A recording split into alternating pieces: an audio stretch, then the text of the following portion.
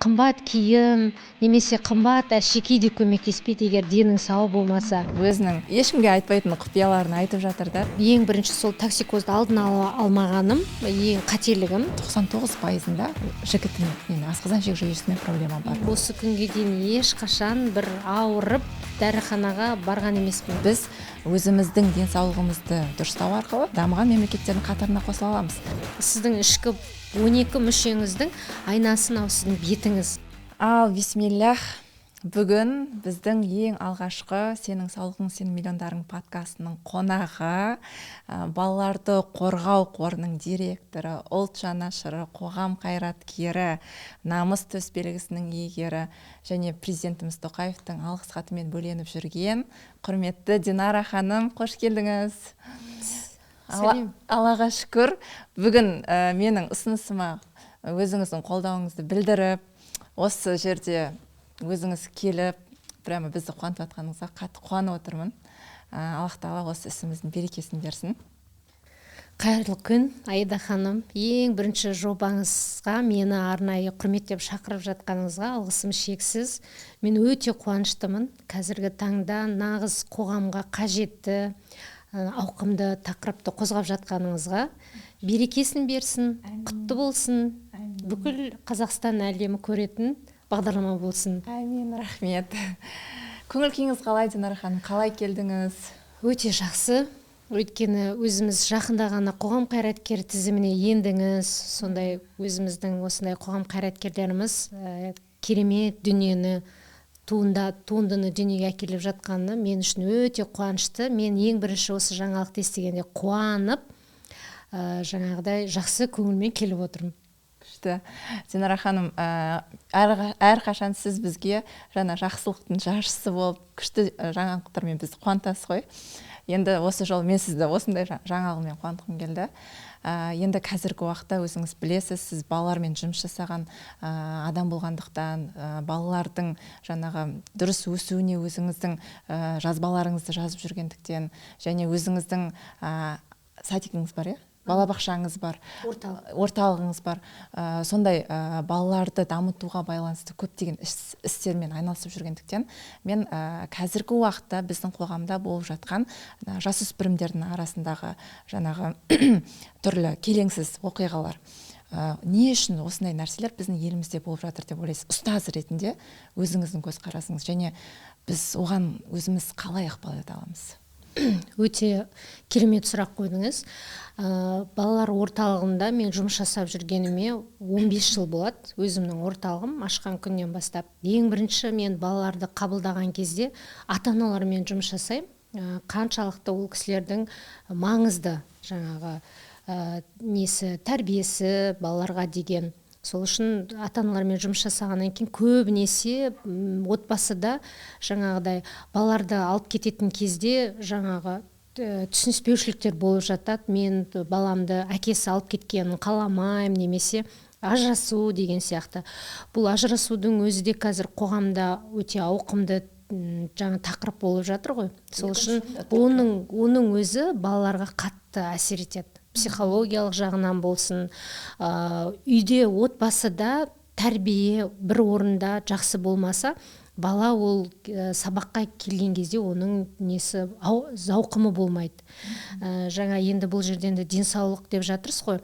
Тәбеті болмайды, тәбеті болмаған баланың әрине ол денсаулығы да бұзылады. Адам бір нәрсені уайымдап тұрғанның өзінде ештеңке жаңа өзінің денесіне батпайды. Сол үшін бұл жерде ең бастысы үйдегі жылулық, тәрбиелік, бұның өзі де жаңа адам денсаулығына алып келеді. Мысалы біз өзіміз кейбір кезде бір-бірімізге ренжіп қалған кездің өзінде жаңағыдай тәбетіміз болмай жатады ғой. Кешке дейін сол жаңа жеген тамағымыздың өзін дұрыс ішпей жатамыз. Сол кезде мен түсінгенім, үйдің ең бастысы берекесі бұл ата мен ана мен әке. Ана мен әкенің көңілі, жаңағы дені сау болып, жаңа күліп отырса дастарханның басында, онда ол балаға кәдімгідей әсер етеді. Бала да ата-анасына қарап, көңілді болып, сабаққа деген, сабаққа келген кезде өзі көрініп тұрады баланың.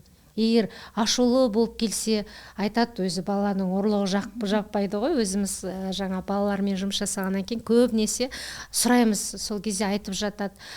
Неге көңілің түсті десең, түнде мамам ұрды, мамамды әкем ұрды, немесе мамам жаңа жылап қалды, немесе мен мамаммен бірге далада біз суық жерде тұрдық, әкем қашан ұйықтап қалады екен деп. Көбінесе кейбіреулер ішімдік ойлайсыздар, сол ішімдік мысалы құртады отбасының өзін. Яғни қоғамда әлі күнге дейін бізде сол қарым қатынастың дұрыс еместігінен жаңа балалардағы стресс болып, ол жаңағыдай жағдайларға алып келіп жатыр. Иә, бұл жерде енді жалпылама айтып жатырмын. Енді осы сіздің тақырыбыңызға сәйкес келгендіктен, ең бастысы денсаулық деген бұл адамның дені мен жанының саулығы деп түсіндіріледі ғой. Бұл құндылық, яғни денсаулықтың құндылығы деп жаңа айтылады.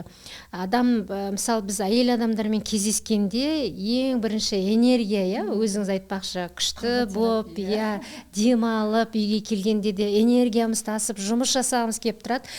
Неге? Өйткені дені сау әйелден жаңағы түрінен көрініп тұрады өзі. Бетінің әдемілігі, жаңағы нәзіктігі, сөйлеген сөзі, сол әсер етеді кәдімгі бір-біріне. Ал сен қанша жерден боянсаң да, түрің егер денсаулығың дұрыс болмаса, ол әйел қанша өзін әдемі көрсетем десе де, қанша әдемі сөйлейм десе де, ол көрініп тұрады. Сол үшін мен ең бірінші сізді таңдаған кезде өзімнің кітабыма қарағанда бетіңізге мән бердім. Өйткені нағыз дәрігер, ол беті айнасы ғой. Сіздің ішкі 12 мүшеңіздің айнасын сіздің бетіңіз. Сол үшін қарап мен не қылдым, уже түсіндім бұл білікті маман екеніне. Өйткені косметологтың өзіне сай маман болу керек, психолог жанын тәрбиелейтін болғаннан кейін өзінің несіне сай болу керек. Дәрігер, нағыз сізді дәрігер деп айта аламын. Рахмет, Динара ханым. Енді осы орайда сіз өзіңіздің денсаулығыңызға қандай жаңағыдай вложение жасайсыз деп айтамыз ғой қазір. Қандай күтім жасайсыз? Жалпы деніңіз, енді бір сөзіңізде айтып қалдыңыз, мен ешқашан ауруханаға жатқан жоқпын, тек қана босанған кезде ғана бардым деп. Өзіңіздің сәбиіңіз де бір жасқа енді толды. Осы орайда өзіңіздің денсаулыққа қандай күтім жасайтыныңызды бөлісіп кетсеңіз, оқырмандарға қызық болады деп ойлаймын. Мен бала кезден дәрі шалмайтынмын. Мен енді апам қолында тұрғаннан кейін апам маған дәрі беретін, жаңа ауырып қалған кезде. Маған дәмі ұнамайтын дәрінің, аппақ түрі ұнамайтын. Сөйтіп аузыма салып тұратынмын да, апам сыртқа шығып кеткен кезінде мен оны түкіріп тастайтынмын. Өйткені іше алмаймын, өткізе алмайтынмын. Ана дәрі маған үлкен болып көрінеді, мен тамағымдан өтпейтін сияқты болып көрінетін. Сол күннен бастап дәріге деген менде мүлдем жаңағы іше алмайтын қасиетім бар. Сондықтан шығар менде сол қазір көбінесе дәрілердің біреу зияны бар денсаулыққа, бір жерге пайдасы болғанмен екінші жерге зияны бар. Сол үшін деп ойлаймын, мен мүлдем дәрі ішпедім. Ешқашан дәрі ішпедім. Аллаға шүкір, осы күнге дейін ешқашан бір ауырып дәріханаға барған емеспін. Уколдан қорқатынмын. Енді салып жатты ғой жаңа неге вирустарға қарсы деген кезде. Ол кезде мен салмай жатып айқайлайтынмын. Біз әлі салған жоқпыз ғой, дайындап жатырық қой деп. Сонда мен үшін ол бала кезден менің өзіме ойлаймын жаңағы қалыптасқан маған ауруға болмайды деген внутри жаңағы нем шығар деймін. Жаңағы сенімім. Соның арқасында әлі күнге дейін жаңағы аптекаға барып дәрі сатып алмаппын. Мен үйіме келген құрбыларым айтады, білет өздері, аптечка жоқ менде. Енді соны осы енді тұрмысқа шығып босанатын кезінде енді токсикоз өте қатты болды, өзіңіз білесіз. Сол кезде де мен аптеканың дәрісіне жүгінген жоқпын, тек қана сізден жаңа барлығын сұрап отырдым. кәдімгі қарапайым имбирді жаңағыдай іштім, маған өте қатты көмектесті. Оның өзі де дәрі емес, қайта пайдалы екен. Соның арқасында қызымды босандым. Тек қана сол операциямен босанғаннан кейін сол кезде ғана аурухананың суық екенін, жаңа дәрілерді ішу керек екен, оның өзінде мен қиналып іштім.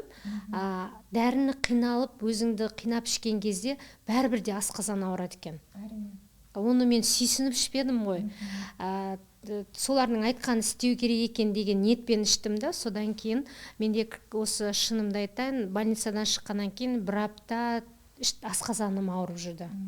Өйткені қортып көрмеген осы уақытқа дейін дәріні.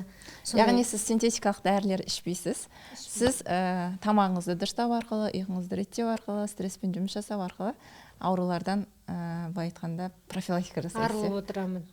Мен осы жерде айтқым келеді, қазір денсаулық саласын, жаңағы денсаулықты біздің жаңа денсаулық министрлері де қолға алып жатыр. Ол біздің мынау жас ұрпақтар, өсіп келе жатқан ұрпақтарға өте қажетті. Өйткені олар ертең денсаулығына жауапкершілікпен қарайтын болады.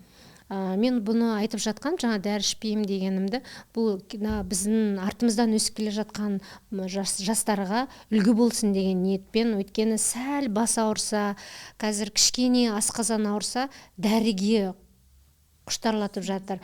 Жаңа сіз маған сұрақ қойып өттіңіз, неге осы қоғамда жаңағы бір-бірін аяушылық жоғалып кетіп жатыр, ұру деген. Мен ойлаймын, бұл таблетка, мынау түсінің өзі, жаңағы дәріні ішу дегеннің өзі, оның ішіне қоспалары да барлар бар. Мысалы, тез ұйықтатып жаңағы ауруды білдіртпейтін дәрілер бар.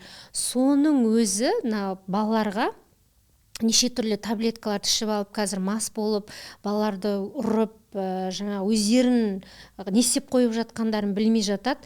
Негізі осы бұрынғы біздің ата-бабамыз сияқты табиғи жолдармен емдеуді, өзіңіз сияқты білікті мамандар көп болса, осы дәріге деген нәрселердің барлығы жойылатын шығар деп ойлаймын.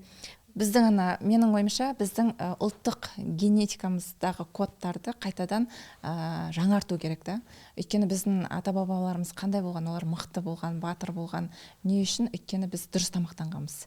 Яғни сол ата-бабамыздың жеген тамақтарын өзіміздің генетикамыз қайтадан жаңғырту арқылы газированный напитки, жаңағы түрлі қазір Европадан келген жаңағы бургер деген сияқты фастфудтардың барлығын негізі өзіміз алып тастасақ, оның орнына кәдімгі қазақтар не жеді? Етімізді, құртымызды, өзіміздің әсібімізді жейтін болсақ, мен ойлаймын, біз қайтадан осы дені сау ұрпақты жаңғырта аламыз деп. Өйткені біздің денсаулық сақтау министрлігінің өзі қазіргі уақытта осы мәселелерді айтып жатыр. Яғни біз өзіміздің денсаулығымызды дұрыстау арқылы біз дамыған мемлекеттердің қатарына қосыла аламыз. Яғни ол біздің ең құнды ресурсымыз да, денсаулық деген ол біздің ақшаға сатып алмайтын ең құнды ресурсымыз. Ал қазіргі уақытта өкінішке орай мемлекет бізде көп қаржыны жаңағыдай инвалидтерге немесе доучетта тұратындарға бөліп жатыр да. А ол негізі қоғамға керісінше жаңағыдай кері нәрсе да. Яғни біз ол қаржыны профилактикаға жұмсайтын болсақ, яғни адамдардың дұрыс сауатты өмір сүруіне, жаңа тренажерный түрлі әр регионда бізде Аллаға шүкір қазір мемлекетіміз қолдау жасап, әр регионда бізде жаңа тренажерный залдар бар.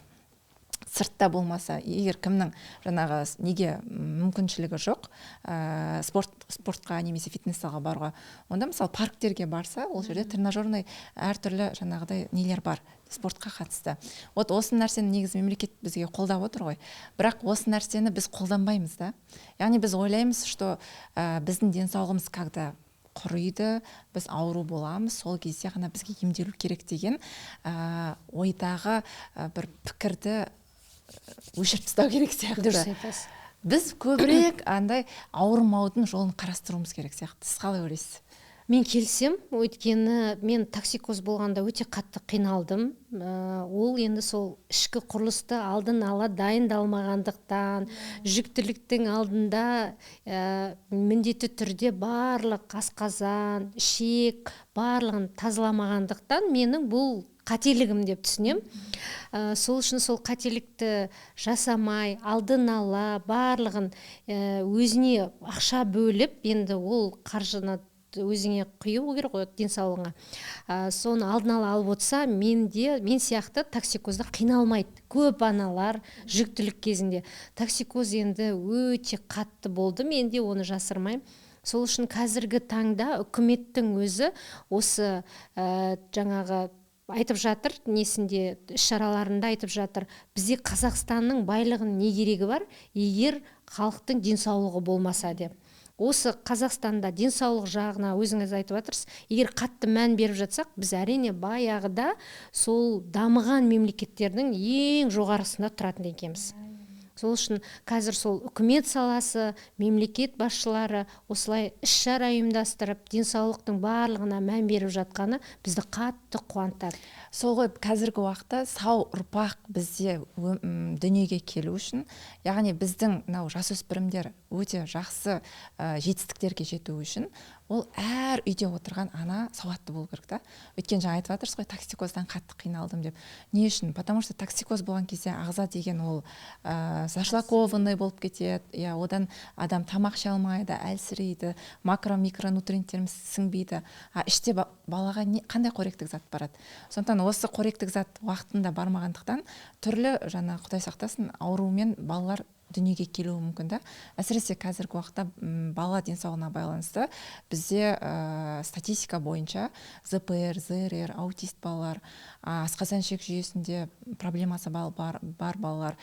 Енді ең сорақысы уже өтінде тасы бар адамдар бұрында бір 30-40-та болатын еді. Қазір уже 4 ай әлі тамақ ішпеген, бірақ 4 айлық балада өтінде тас бар. 1,5 жаста баланың өтінде тас бар.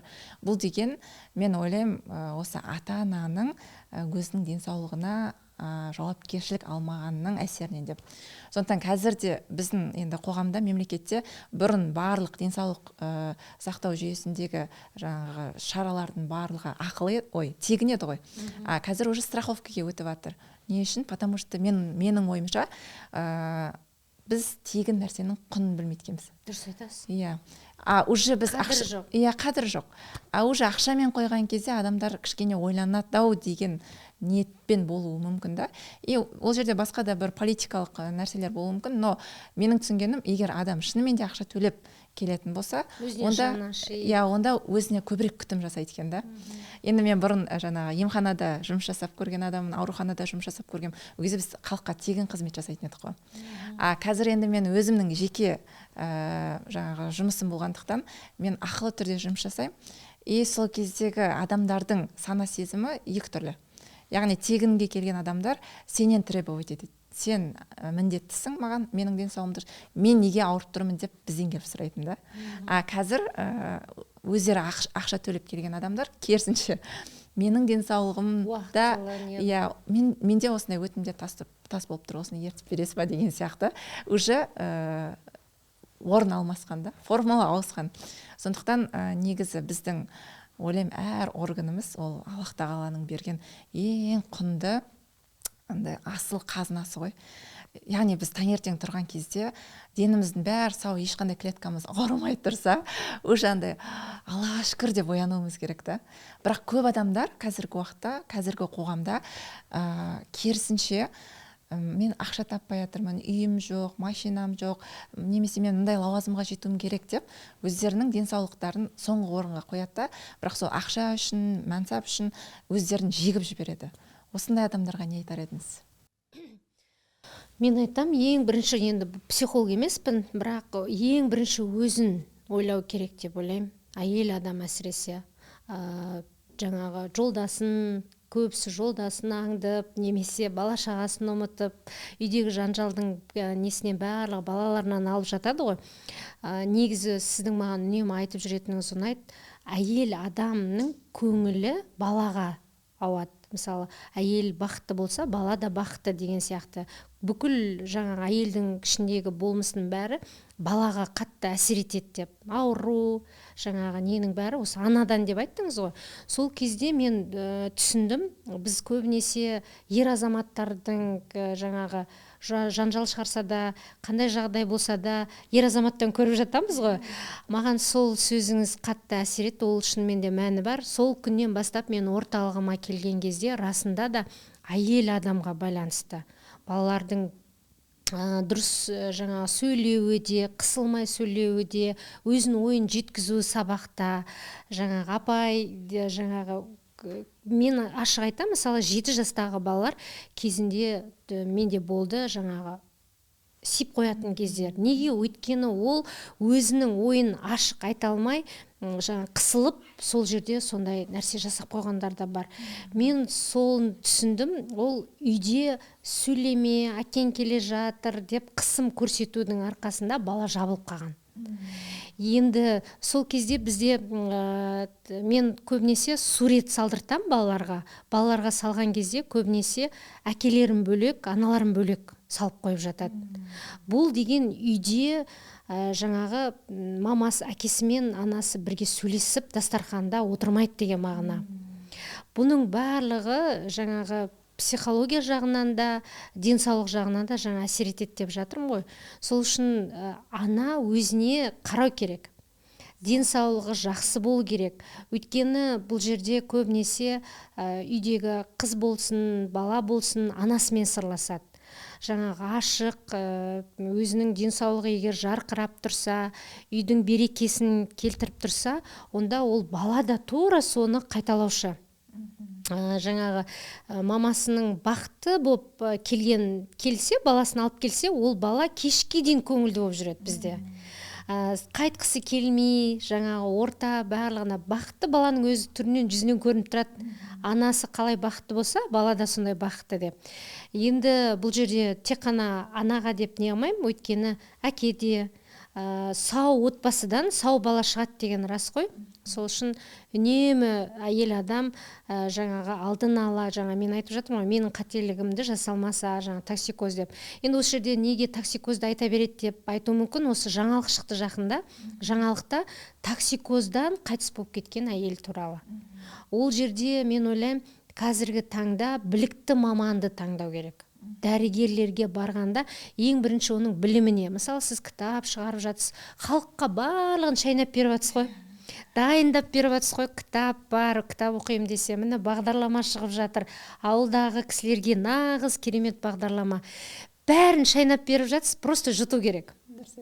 Сол сияқты жаңағы дәрігер айтқан, аптекадан осындай токсикозды басатын дәрі алып келіңіз деп.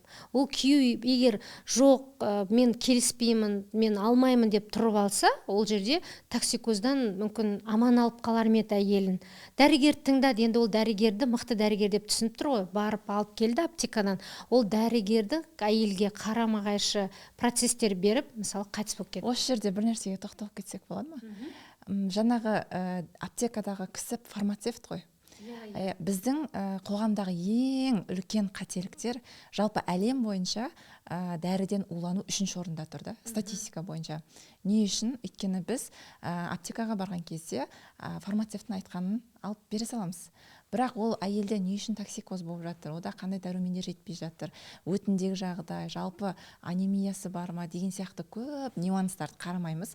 Бізге оңай ешқандай дәрігерге бармай, мыңғырық анализ тапсырмай, просто аптекадан барып бір дәрі ішсем, емделіп кетем деп ойлайды. Яғни адамдар бір чудо таблетканы іздейді. Вот осыдан жаңа дұрыс айтып кеттіңіз, шынымен де осындай сорақы нәрселер негізі көп. Просто жаңалықтан біз бір-екеуін ғана көреміз ғой. Бірақ осындай проблемалардың астында ол әрбір адамның өзінің денсаулығына деген жауапкершілігінің болмауы жатыр да. Яғни біз өзіміздің денсаулығымызды бардық та фармацевтке итере салдық. Хотя ол жерде фармацевттің де қателігі бар да, яғни ол жүктілі ма, уже жүктіге ешқандай дәрі бермеу керек еді. Тек қана дәрігердің рецептінен ғана беру керек еді. Бірақ енді бізде қазір маркетинг деген нәрсе қаттанып кеткен, ол жерде де арнайы системалар бар ғой. Сондықтан негізі жаңағы просто дәріханадан барып бет алды дәрі ішу, ол шынымен дұрыс нәрсе. дұрыс айтасыз. Ол жерде айтып өткен енді сұрақтар болып жатыр, астында комментарий болып жатыр, неге бұл кісі аптекадағы сонда сата салды ма деп. Ол айтылған ол жерде. Ол кісі қарсы болған. Бұл токсикозға мүлдем немес, бұны кім беріп жатыр деп. Ол жер әйеліне звондапты. Енді қазір енді сот процесі жүріп жатқаннан кейін барлығына жауап беріп жатыр ғой күйеуі. Сонда звондаған кезінде айтыпты, не болды, әкел деді ғой. Енді әйел токсикоздан қиналған кезінде біреуден соны басат дегенде естіп алған кезде, жаның қиналып тұрған кезінде сен соны істеуге дейін дайын боласың. Сонда күйеуіне айтыпты, әкел деді, әкел. Күйеу бірақ аптекашы айтты, бізде бұндай токсикозға ондай дәрі берілмейді деп. Түсінбедім деп. Онда да тыңдамай алып келген, енді әйелі қоймай жатқаннан кейін. Енді әйелі барып беріп, жаңағы мен ғана тапсырдым болды, ары қарай енді ол дәрігерлердің жұмысы берді ма, бермеді ма деп жатыр ғой енді. Сонда енді жаңалықта осы дәрінің кесірінен кетті деп жатыр. Енді қараңыз, сау аяқпен келіп табытпен қайтып жатыр да, бұл енді көбісі дәрігерлердің қателігі. Сол үшін мен осы жерде айтқым келеді, мықты маман соларды таңдап, сол кісілерден ғана жаңа сұрау керек деп ойлаймын. Мен мысалы кітапқа шығардым сіздерде.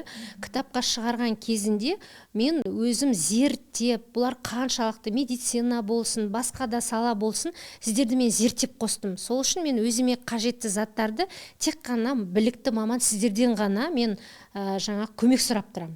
Сіздің, мысалы, сіз білімді маман болғандықтан мен сол дәрігер айтты деген менде санама түйіп алдым, соны жасадым. Мысалы, мен сіздің бір неңізден, статусыңыздан көріп қалдым, бөдененің жұмыртқасын жеу керек деген.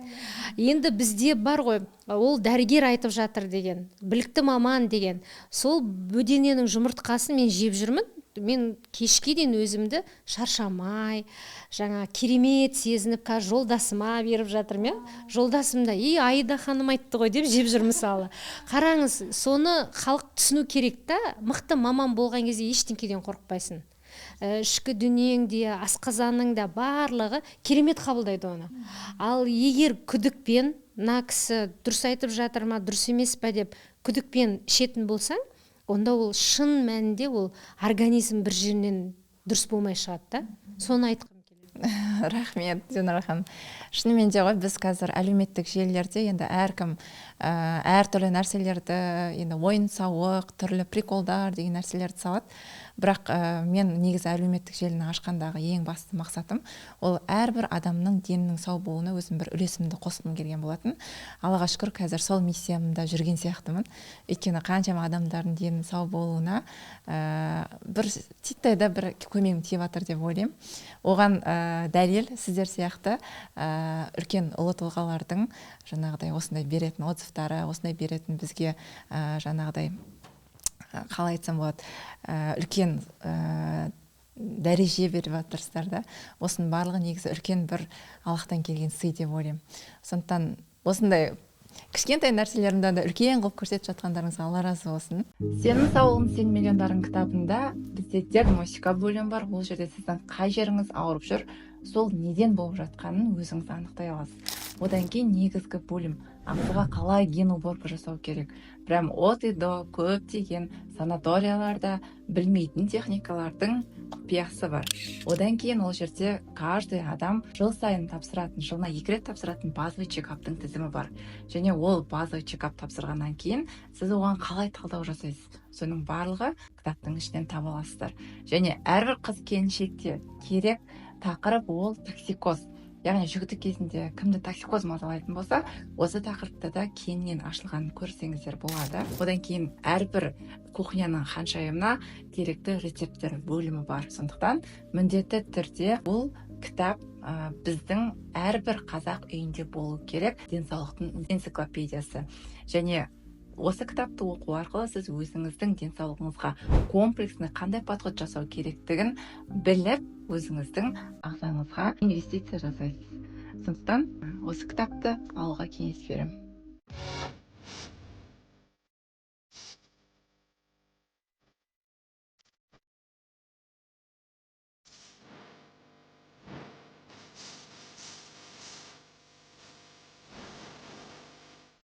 енді қазіргі уақытта өзіңіздің қызыңыз тәрбиелеп жатырсыз, тәп-тәтті аяғыңызды.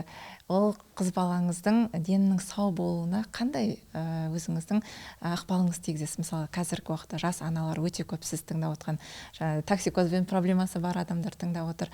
Оларға не айтар едіңіз? Енді менде сол токсикозды, ең бірінші сол токсикозды алдын ала алмағаным, ең қателігім.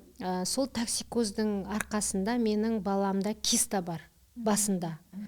Ол енді киста бір жасқа дейін жойылып кетеді деп жатыр, бірақ біз 6 айында бардық, тек қана сол жағы ғана кетті деді, оң жағында әлі тұр деп. Сол токсикозымның қатты болғаны менің балама әсер етіп тұр да. Сол үшін қазірден бастап аяқ ауыр болмай жатып, мен жас аналарға айтарым, жаңағы ішек, асқазан барлығын тазалап алу керек.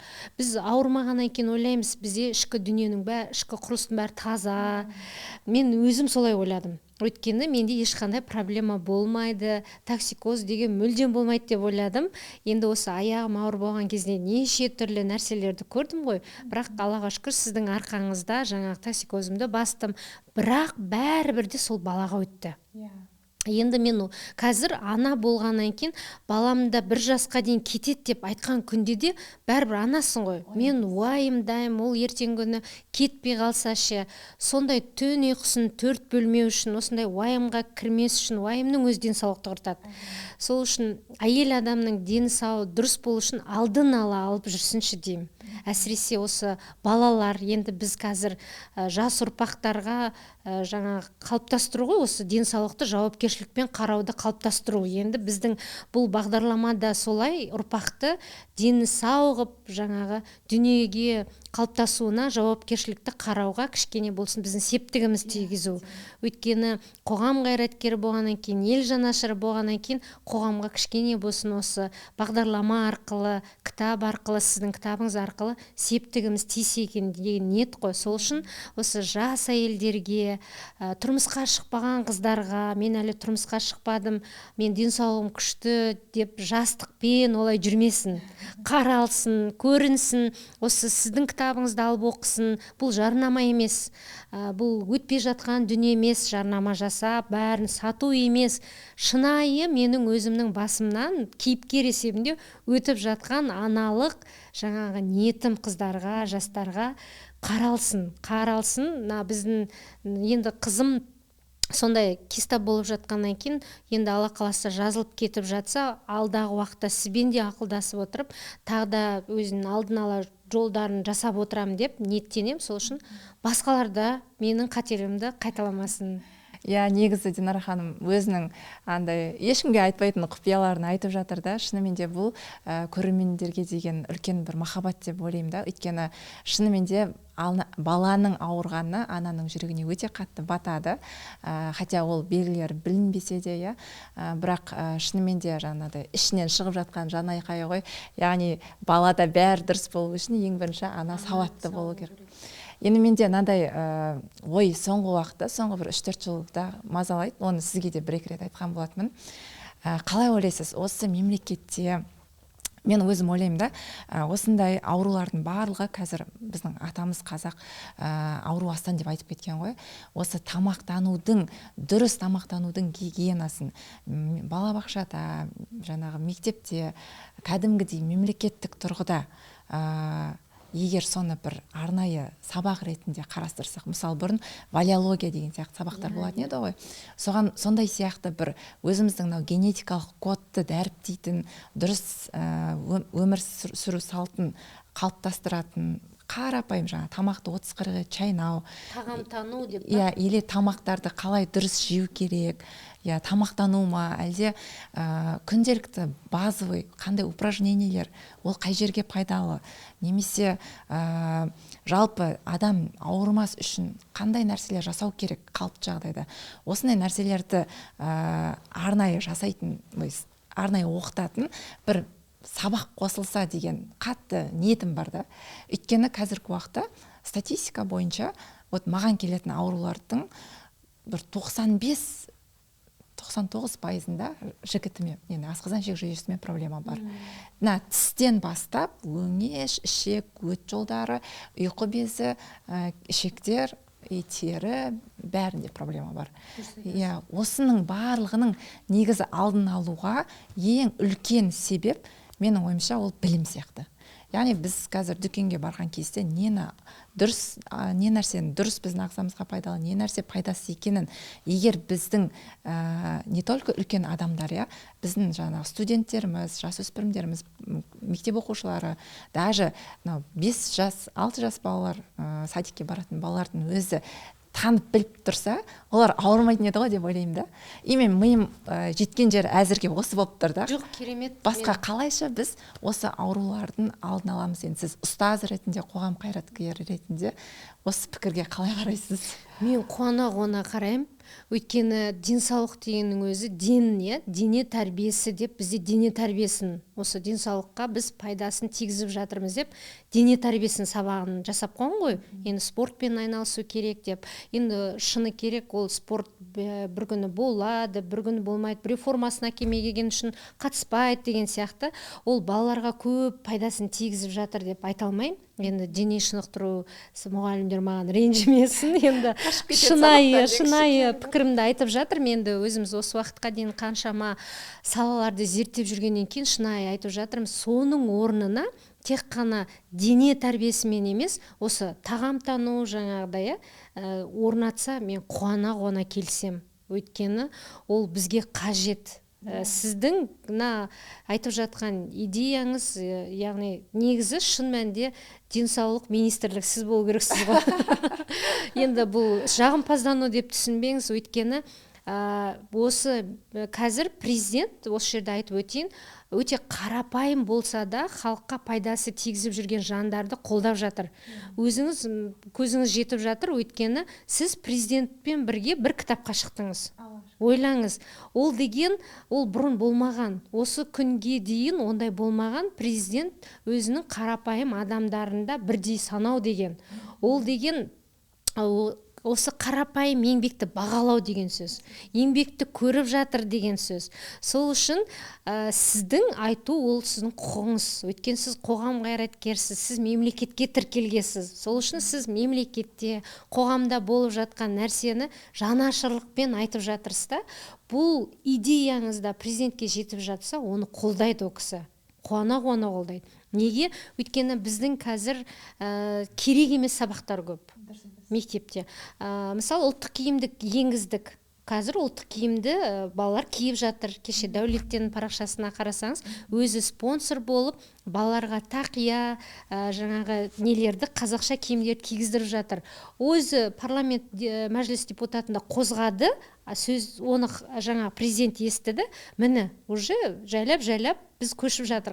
Сол сияқты сіз маман айтып жатырсыз. Егер де оны білікті маман айтпаса, ол айту мүмкін. Бұл не үшін айтып жатыр? Егер ол кісі ол сала туралы білмесе деп айтар еді. Сіз нағыз білікті маман айтып жатырсыз. Сол үшін бұны сіз жаңа хат жазсаңыз да болады, өзіңіздің атыңыздан. Өйткені сізде құқыңыз бар айтуға. Мен айтып жатырмын, ана блогерлер не үшін президентке сөз тигіздіреді деп, өйткені олар мемлекетке еш жерге тіркелмеген деп. Сіз блогер емессіз, сіз нағыз мамансыз. Сол үшін қолдайды деп мен сенімдімін. Өйткені егер де сіздің осы пікіріңізді қолдап жатса, онда біз шынымен де дамыған жаңа Қазақстан, жаңа мемлекеттің қатарында біз шынымен осы 1-2 жылда кіріп қаламыз деген менің ниетім бар. Алла қаласа.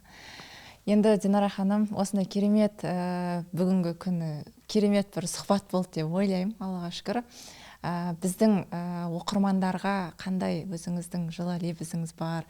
Немесе мен ойлағам, әрбір қонақтан өзімнің оқырмандарыма бір сыйлық ретінде бір нәрсе сұрасам ба деген ниет бар да. Сондықтан қандай оқырмандарға не айтасыз және оларға не ұсынсақ болады?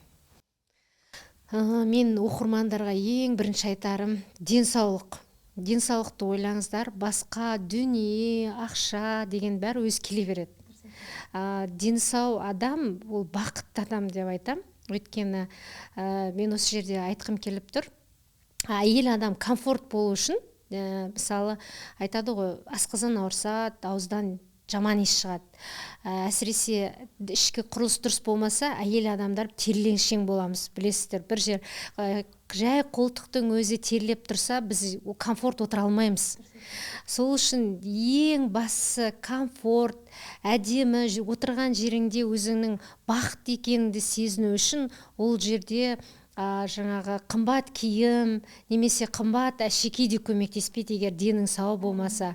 Сол үшін ең басты байлық, ең басты бақыт денсаулық екенін айтқым келеді. Сосын өзі кез келген әйел бақытты болып өмір сүріп жатса, онда оның отбасы да бақытты болады. Мен ойлаймын, енді бақытты, жарқырап, сондай көңілді, ауырмайтын әйелден ер азаматта кетпейді деп. Сол үшін ол жаңағы психологтардың көбісі жаңағы еркек азаматты жаңағы сабақтарды көбінесе жаңағы қаратып алу керек, ер азаматты кетірмеу үшін деп жатыр ғой. Мен осы жерде бір нәрсені айтқым келеді, денсаулық. Сіз ол қанша күйеуіңізді кетпедеңіз, денсаулығыңыз болмай күнде ауыра берсеңіз, күнде мына жерім ауырады, күнде мына жерім ауырады деп айта берсеңіз, ондай әйелден еркек те шаршайды, бала да шаршайды, семья да жаңа берекесі кетеді. Сол үшін жаңағы ақшаның табу көзі ең бірінші денсаулық. Сол үшін сіз әйел адамдарға керемет дүние сыйлап жүрсіз ғой. Денің сау болсын, және жарқырап жүр, және отбасында жаңағы берекесін келтіріп отыр, и ақша да тап деген сияқты. Сол үшін сізді Құдай қаласа осы жерде айтқым келеді, білікті маман Аида ханымды тыңдаңыздар, жаңа кітабын алып оқыңыздар, осы YouTube каналын тыңдаңыздар, өте бақытты ана болыңыздар деп айтқым келеді. Рахмет, Алла разы болсын. Енді оқырмандар, бүгін Динара ханым өзінің керемет, өзінің жүрегінен шыққан сырлармен сіздермен бөлісті деп ойлаймын. Бүгін сіздерге денсаулық тақырыбын аша алдық деп ойлаймын. Енді осы жерде осы подкасттың астына көп әдемі, дұрыс пікірін білдірген оқырмандардың ішінен бір неше адамға десек болады, 3 адамға осы сенің саулығың, сенің миллиондарың кітабын сыйлағым келіп тұр. Мен сыйлайын? Алғашқы подкаст болғандықтан мен ойлаймын, осы каналдың жүруіне негізі әрбір оқырманның қоятын лайкі немесе астына жазатын комментариялары үлкен жаңағыдай роль ойнайды деп. Сондықтан әрбір оқырман осы каналдың дальше дамығанын қаласаңыздар, өтінемін сіздерден қандай подкасттан қандай ой түйдіңіздер, қандай өздеріңізге инсайт алдыңыздар, соны міндетті түрде жазыңыздар. Және келесі қонақ ретінде келесі кімдерді шақыруды сіздер сұрайсыздар, оны тоже жазсаңыздар болады. Сіздердің сұраныстарыңызды біз ешқашан жауапсыз қалдырмаймыз деп ойлаймын. Егер Динара ханымды тағы да қалайтын болсаңыздар, келесі жолы тағы да шақырамыз деп жазсаңыздар екен деймін. Өйткені бүгінгі тақырып бір сондай өзіме ұнады. Сондай бір алғашқы подкаст болғаннан кейін бәрібір қобалжисың, бірақ өзіміздің қарапайым тілмен өзіміздің қалаған нәрсемізді аша алған сияқтымыз. Сіз қалай ойлайсыз? Маған ұнады, өте қатты ұнады.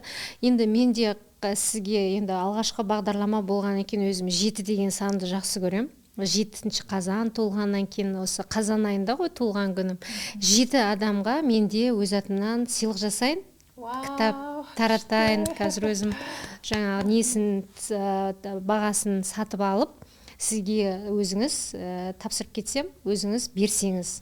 Динара ханым атынан 7 кітап, сыйлыққа. 10 оқырманымыз бізде кітапта болады екен да. Не деген андай шедрый бағдарламамен басталды да. Өйткені Аида ханым, мен өзім қалаймын, барлығының дені сау болып, бәріміз осы жабылып, осы қоғам қайраткеріміз ғой екеуміз де. Сол үшін сондай қоғамға пайдалы болсақ деген ниетіміз. Рахмет, Алла разы болсын. Өте керемет. Негізі Динара ханымның жүрегі де кең, өзі де кең, және жүрген жердің бәріне тек қана нұрын шашып жүресіз. Даже сіздерге қарапайым халық сіздер танымаса да өзінің кітабын сыйлап жатыр, бізден алып. Сондықтан ниетіңізге Алла разы болсын. Біздің шақыртуымызды қабыл алып, келіп, алтын уақытыңызды қиып, осы жерге келгеніңізге қатты риза болып отырмық. Прямо студиямызды жарқыратып жібердіңіз. Енді Аллах тағала осы жасап жатқан жобамыздың берекесін берсін. Үлкен мемлекеттік деңгейдегі үлкен іс-шараға жалғасады деген ниеттеміз бұйырса. Сол мақсатта да негізі сізді шақырған болатынбыз. Аллах тағала біздің сол дұғамызды қабыл алып, иншаллах президент Тоқаевтың қолынан құрмет грамотасын алып, медалін алып бұйырса, сол парламентте отыратын күнге жетейік бірге. Сізді сол денсаулық министрінен көрейік, Алла қаласа. Сіз сияқты білімді дәрігерлер көп болсын елімізде. Рахмет шақырғаныңызға, сау болыңыз.